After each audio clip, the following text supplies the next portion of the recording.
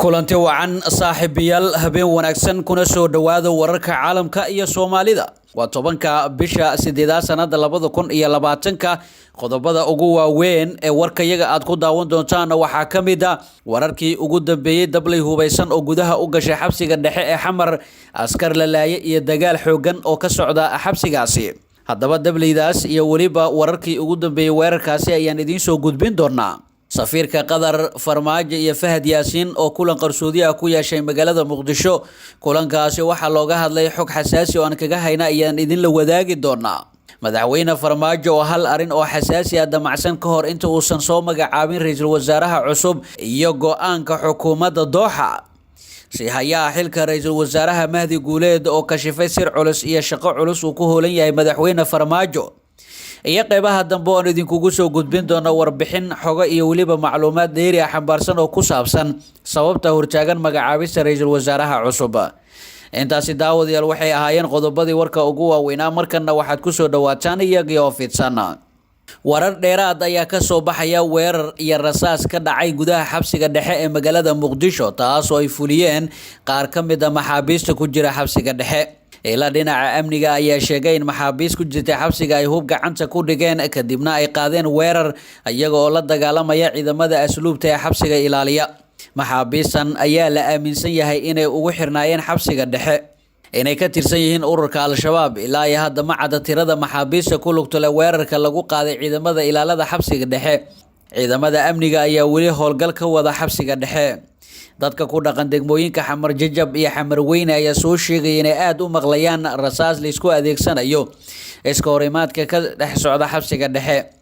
ilaa iyo haatan rasmi ahaan uma soo bixin khasaaraha ka dhashay rasaas la isku adeegsaday xabsiga dhexe waxaana wararku ay sheegayaan inuu jiro khasaare nafeed oo ka dhashay dhacdadani ciidamo kala duwan oo ka tirsan dowladda federaalka ee Soomaaliya gaar ahaan booliiska iyo nabad sugidda ayaa gaaray goobta uu dagaalka uu ka dhacay halkaas oo la soo sheegayo in tiro meedad iyo waliba dhaawacyo ah yaalaan sidoo kale wararkii ugu dambeeyay ayaa waxa ay sheegayaan in howlgalka la soo afjaray isla markaana ciidamada dowladda federaalka ay ku guuleysteen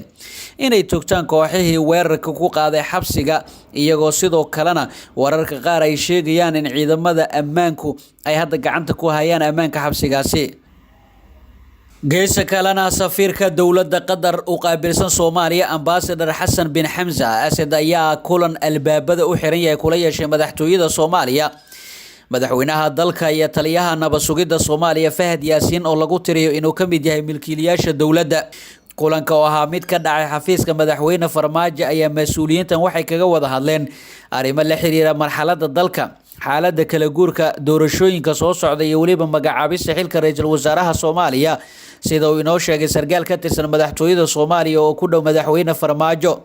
ambassador Xasan bin Xamza Asad Maxamed ayaa madaxweynaha faahfaahin ka siiyay qorshaha xukuumadda Dooxa ee ku aadan ku lug lahaanshaha ra'iisul wasaaraha cusub ee la soo wado iyo sida uu fulin karo danaha ay ka leeyihiin guud ahaan Soomaaliya sidoo kale safiirka ayaa bogaadiyay xilka qaadista ra'iisul wasaare Khayre iyo hanaankii uu aqbalay sida aan xogtu ku helnay madaxweyne Farmaajo iyo dowladda Qatar ayaa wada qorshe muddo kororsi oo xaalad khatar ah gelin karta xasiloonida siyaasadeed iyo midda amni ee dalka sidoo kale wararka ayaa intaasi ku daraya in qorshahaasi oo ay gadaal ka riixaysa Qatar la rabo in la fuliyo ka hor magacaabista ra'iisul wasaaraha cusub ee la filaya in lagu dhawaaqo taliyaha nabad sugidda Soomaaliya Fahad Yaasiin Xaaji Daahir ayaa ka mid ah mas'uuliyiinta dowladda ee riixaya in doorashada waqtigeeda ku dhicin oo waqti dheeri ah lagu daro dowladda Farmaajo si dalka loo gaarsiiyo doorasho hal qof iyo hal cod ah taas oo mucaaradka ay diidan yihiin safiirka Qatar ayaa muddooyinkii u dambeeyay kulamo la lahaa siyaasiyiinta iyo qaar ka mid ah madaxda xisbiyada siyaasadda ee dalka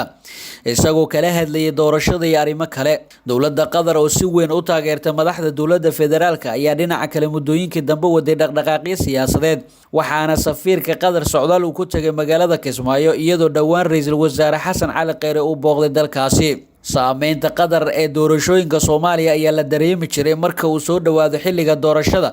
iyadoo taageero dhaqaale siin jirtay musharax ay u aragtay inuu xoogan yahay ololihiisa doorashada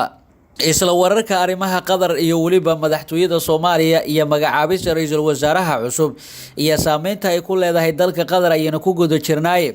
damaca madaxweyne Farmaajo ee muddo kororsiga kaas oo Qatar riixayso wuxuu Soomaaliya gelinayaa mustaqbal siyaasadeed oo mugdi ah sida uu wariyo wargeyska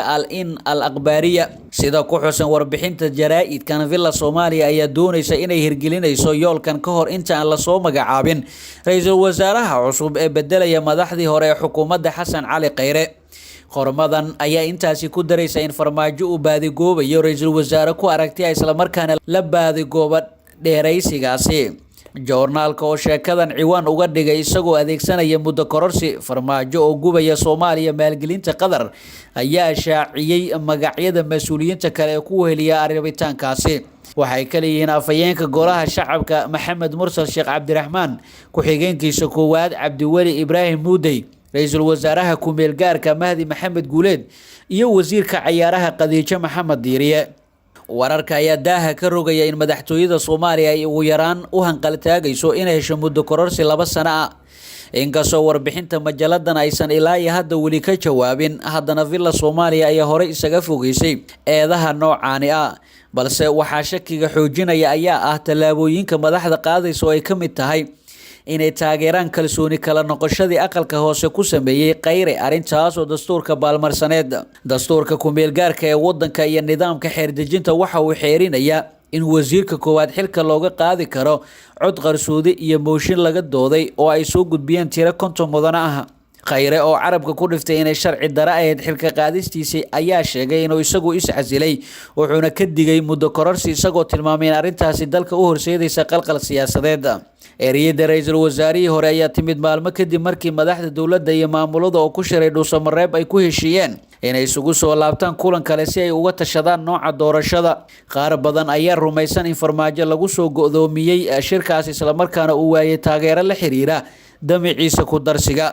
muddo xileedka baarlamaanka Soomaaliya ayaa dhamaanaya November 2020 halka madaxweynuhu ku dhacayo February 2021 shirka magaalada Dhuusamareeb 3 hadii lagu heshiin waaya nooca codeynta waa aad halis u badan dalka gelinaysa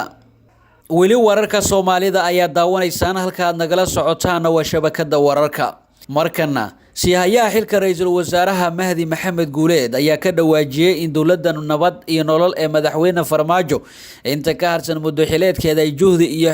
xoog badan gelin doonto sidii maqaamka magaalada Muqdisho loo hirgelin lahaa loona dhameystiri lahaa mudane Mahdi Guuleed ayaa sheegay in guul weyn ay tahay in go'aanka ansixinta baarlamaanka ee 13 xubnood ku yeelanayaan aqalka sare oo markii horeba ku timid codsi madaxweyne haddana ay ka shaqeynayaan sidii madaxweynaha u saxiixi lahaa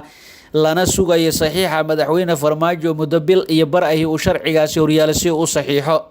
13 xubnood ee gobolka Banaadir ka helay aqalka sare dhameystirka waa ay hirgelaysaa waana fulaysaa madaxweynuhuna waa meel marin doona inta dowladda nabad iyo nolol muddo xileedkeeda ka hartay waa inaynu si wadajir ah uga wada shaqeynaa saaxiibkay walaalkay Maha Salaadna si wadajir ah uga shaqeynayna hirgelinta maqaamka caasimadda magaalada Muqdisho barbarkay ka baxda waa bakay la galeen ayuu yiri Mahdi Guuleed oo ka hadlayay munaasabad maamulka gobolka Banaadir kula wareegay waxbarashada gobolka Banaadir oo hore u maamuleysay wasaaradda waxbarashada ee xukuumadda federaalka Soomaaliya kooxaha mucaaradka ee xildhibaanada ka tirsan iyo kuwa xisbiyada siyaasadeed ayaa hore ugu dhaliilay madaxweyne Farmaajo in xeerka baarlamaanka meelmariyay ee 13 xubnood ee gobolka Banaadir oo ku yeelanaya aqalka sare in mar hore loo gudbiyay si uu u saxiixo balse uu ka gaabiyay inuu qalinka ku duugo